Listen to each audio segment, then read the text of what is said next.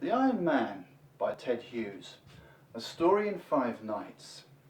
Chapter 1. The Coming of the Iron Man.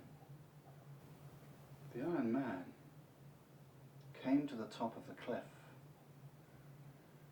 How far had he walked? Nobody knows. Well, where did he come from? Nobody knows. Well, how was he made? Nobody knows. Taller than a house, the Iron Man stood at the top of the cliff, on the very brink, in the darkness. The wind sang through his iron fingers. His great iron head, shaped like a dustbin, but as big as a bedroom, slowly turned to the right, slowly turned to the left. This way, that way, his iron ears turned. He was hearing the sea. His eyes, like headlamps, glowed white, then red, then infrared, searching the sea. Never before had the Iron Man seen the sea. He swayed in the strong wind that pressed against his back. He swayed forward on the brink of the high cliff, and his right foot, his iron, enormous right foot, lifted up out into space, and the Iron Man stepped forward off the cliff into nothingness. Crash! Down the cliff the Iron Man came, toppling head over heels. Crash! Crash! Crash! From rock to rock, snag to snag, tumbling slowly, and as he crashed and crashed, his iron legs fell off. His iron arms broke off, and the hands broke off the arms. His great iron ears fell off, and his eyes fell out. His great iron head fell off. All the separate pieces tumbled, scattered, crashing, bumping, clanging down onto the rocky beach far below. A few rocks tumbled with him. Then silence. Only the sound of the sea, chewing away at the edge of the rocky beach where the bits and pieces of the Iron Man lay scattered far and wide, silent and unmoving.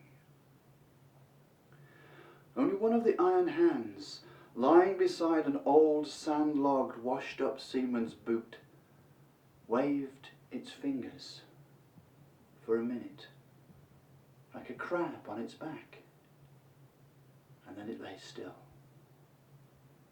while the stars went on wheeling through the sky, and the wind went on tugging at the grass on the cliff top, and the sea went on boiling and booming. Nobody knew the Iron Man had fallen. Night passed. Just before dawn, as the darkness grew blue and the shapes of the rocks separated from each other, 2 seagulls flew crying over the rocks. They landed on a patch of sand. They had 2 chicks in a nest on the cliff. No, they were searching for food. One of the seagulls flew up. Quack! He'd seen something. He glided low over the sharp rocks. He landed and picked something up, something shiny, round and hard. It was one of the Iron Man's eyes. He brought it back to his mate. They both looked at this strange thing, and the eye looked at them. It rolled from side to side, looking first at one gull, then at the other. The gulls, peering at it, thought it was a strange kind of clam, peeping at them from its shell.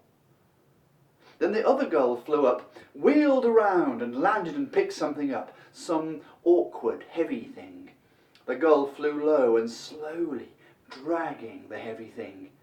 Finally the girl dropped it beside the eye. This new thing had 5 legs. It moved. The girls thought it was a strange kind of crab. They thought that they had found a strange crab and a strange clam. They did not know that they had found the Iron Man's eye and the Iron Man's right hand. But as soon as the eye and the hand got together, the eye looked at the hand. Its light glowed blue. The hand stood up on 3 fingers and its thumb, and craned its forefinger like a long nose. It felt around. It touched the eye. Gleefully it picked up the eye and tucked it under its middle finger. The eye peered out between the forefinger and the thumb. Now the hand could see. It looked around. Then it darted and jabbed one of the gulls with stiffly held fingers, then darted at the other and jabbed him. The 2 gulls flew up in the wind with a frightened cry. Ark! Slowly then, the hand crept over the stones, searching. It ran forward suddenly, grabbed something and tugged, but the thing was stuck between 2 rocks. The thing was one of the Iron Man's arms. At last the hand left the arm and went scuttling hither and thither among the rocks till it stopped and touched something gently. This thing was the other hand. This new hand stood up and hooked its finger round the little finger of the hand with the eye and let itself be led. Now the 2 hands, the seeing one leading the blind one, walking on their fingertips, went back together to the arm, and together they tugged it free. The hand with the eye fastened itself onto the wrist of the arm stood up and walked on its hand. The other hand clung on behind as before, and this strange trio went searching. An eye. Yes, there it was, blinking at them speechlessly beside a black and white pebble. The seeing hand fitted the eye to the blind hand, and now both hands could see. They went running among the rocks. Soon they found a leg. They jumped on top of the leg, and the leg went hopping over the rocks with the arm swinging from the hand that clung on to the top of the leg. The other hand clung on top of that hand. The 2 hands with their eyes guided the leg, twisting it this way and that as a rider guides a horse. And soon they found another leg and the other arm. Now each hand, with an eye under its palm and an arm dangling from its wrist, rode on a leg separately about the beach. Hop, hop, hop they went, peering among the rocks. One found an ear, and at the same moment the other found the giant torso. Then the busy hands fitted the legs to the torso, then they fitted the arms, each fitting the other, and the torso stood up with legs and arms, but no head, searching for its lost head. At last, there was the head, eyeless, earless, nested in a heap of red seaweed. And now in no time the Iron Man had fitted his head back, and his eyes were in place, and everything in place except for one ear. He strode about the beach, searching for his lost ear, as the sun rose over the sea and the day came. The 2 gulls sat on their ledge high on the cliff. They watched the immense man striding to and fro over the rocks below. Between them, on the nesting ledge, lay a great iron ear. The gulls couldn't eat it.